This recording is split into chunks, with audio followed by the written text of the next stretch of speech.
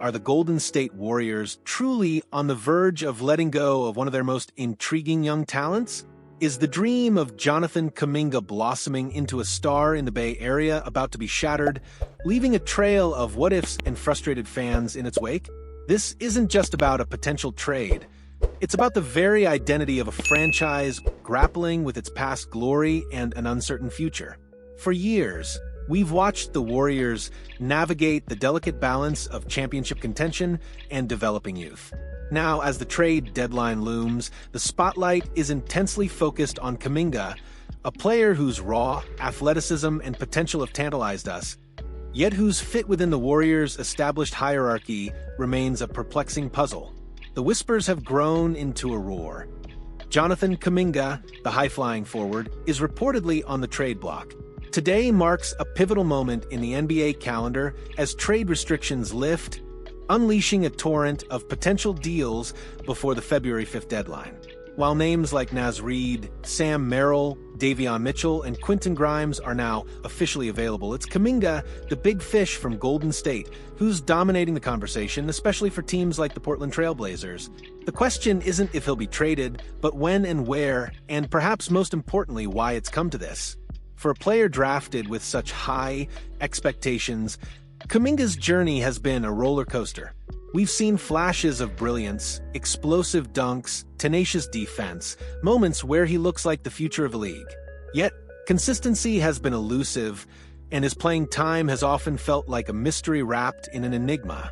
The narrative from some corners suggests a clash of personalities with head coach Steve Kerr, a classic oil and water scenario. But let's be real, folks, this is the Golden State Warriors. This is a team built on the bedrock of Steph Curry and Draymond Green, two of the most influential voices in modern basketball. They are the champions, the undisputed soul of this franchise.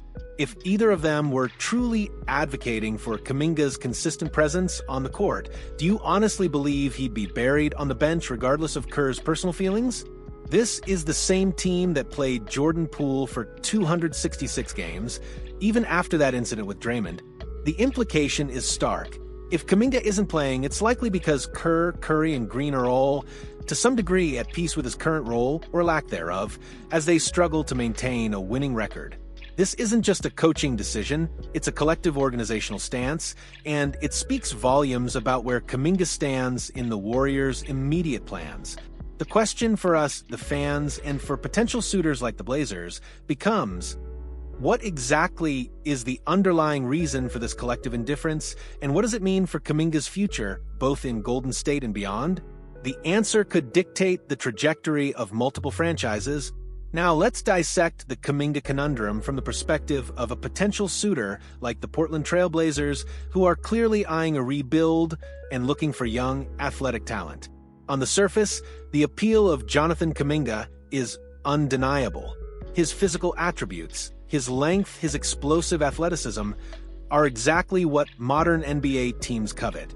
Imagine him on the defensive end, switching across positions, locking down opponents alongside the likes of Toumani Camara and Deni Avdija. The defensive potential of a lineup featuring Denny Shaden, Sharp Kamara, Kuminga, Donovan, Clingan is genuinely scary for opposing offenses. Even if you shuffle the pieces, perhaps with Scoot Henderson at point and Avdija at shooting guard, the defensive upside remains formidable. This is the kind of raw, athletic potential that GMs dream of molding into a defensive juggernaut. However, as with any high-potential, low-production player, there are significant red flags. The primary concern revolves around his offensive regression. Kuminga's shooting percentages this season, 43% from the field and a concerning 32% from beyond the arc, are a far cry from his career highs of 53% and 37% from just a couple of seasons ago.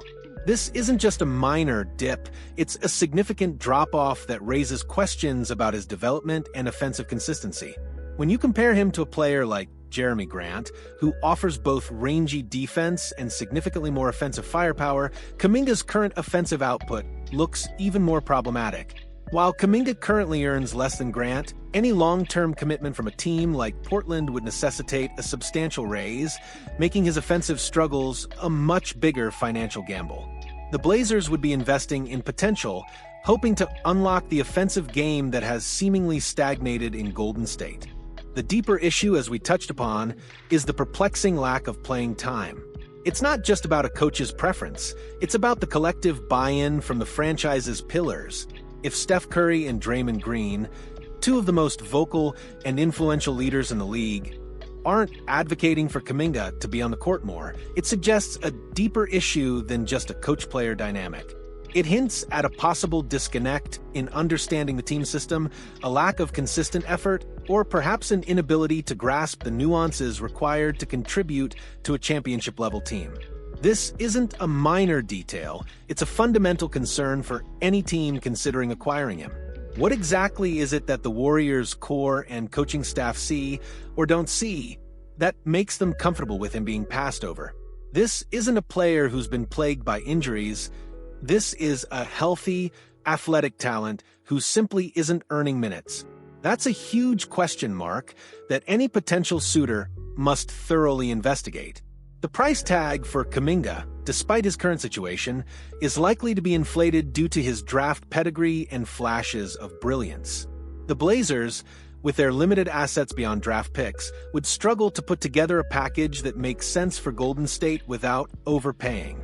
Offering a player like Jeremy Grant would create an oversaturation of forwards for the Warriors and a massive contract obligation. Shaedon Sharpe would be far too much to give up from Portland's perspective. A package of Robert Williams III, some filler, and draft picks might be plausible, but it still feels like a gamble given the unanswered questions surrounding Kuminga's development and fit. The consensus among many analysts is that while Kuminga could end up in Portland, the odds are stacked against it, primarily due to the inflated expectations and the compensation required, which likely exceeds what the Blazers are willing to offer for a player with such significant question marks. It's a high-risk, high-reward scenario, and the Blazers need to be absolutely sure they can unlock his full potential if they decide to pull the trigger. So, if Kuminga's path to Portland is fraught with complications and unanswered questions, what other intriguing targets should the Trailblazers, and by extension other rebuilding teams, be looking at as the trade deadline rapidly approaches?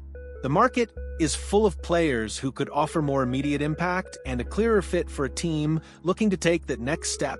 Consider Malik Monk from the Sacramento Kings. With rumors swirling about the Kings potentially blowing up their core, Monk stands out as a highly attractive option. At 27, he's making $3 million less than Kuminga and is signed for longer, offering better contractual stability. He's a capable defender, doesn't demand a starting role, and crucially, shoots an impressive 42% from three-point range. Playing 22 minutes per game, he's exactly the kind of veteran presence and efficient scorer a rebuilding team needs. A player who can contribute immediately without disrupting the developmental curve of younger talents. While his 6 feet 3 inches shooting guard frame might be considered out of vogue in today's NBA, the Blazers could easily mitigate this with switch-heavy defense, putting Monk on the opposing point guard and utilizing longer defenders like Avdija or Kamara on the perimeter. He's a proven commodity, not a project, and that's a significant distinction.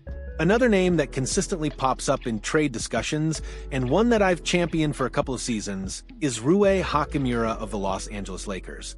It feels like he's been in the league forever, but he's only 27, and he's on an expiring contract around $18 million per year. Hachimura possesses an excellent court sense and boasts impressive shooting splits of 52% from the field and a stellar 44% from beyond the arc, eating up 32 minutes per game in his current role. He's the ultimate utility guy, a middle-innings pitcher in baseball terms. Not your ace, but someone who consistently delivers solid minutes and reliable production whenever called upon.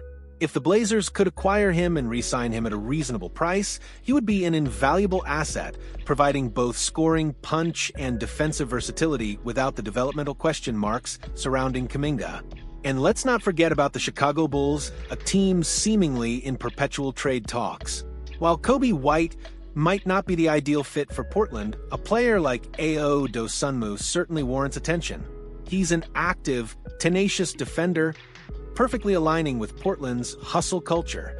He shoots almost 45% from three-point range without needing the ball in his hands constantly, making him an efficient offensive contributor. At $7.5 million on an expiring contract, he represents incredible value. If the Blazers could purloin him and secure a re-signing, he could be a real steal, providing defensive intensity and reliable perimeter shooting. Ultimately, while the allure of Jonathan Kuminga's raw potential is undeniable, the current landscape suggests that other players might offer a more immediate, less risky, and ultimately more impactful return for teams like the Blazers. The questions surrounding Kuminga's offensive development, and more critically, his perplexing lack of consistent playing time despite his talent, make him a significant gamble. It's a stark reminder that in the NBA, potential only gets you so far. Consistent production and a clear fit within a team's culture are paramount. So, what do you think, folks? Are the Blazers right to be cautious about Kuminga, or is he a diamond in the rough just waiting for the right environment to shine? Do any of these other names pique your interest, or do you have a pet project trade that we haven't even considered yet? Drop your thoughts, your wildest trade scenarios, and your most passionate opinions in the comment section below. Let's get this conversation going because the trade deadline is heating up, and every move could redefine a franchise's future. Don't forget to hit that like button if you enjoyed this breakdown, and subscribe for more exclusive insights into the world of NBA basketball.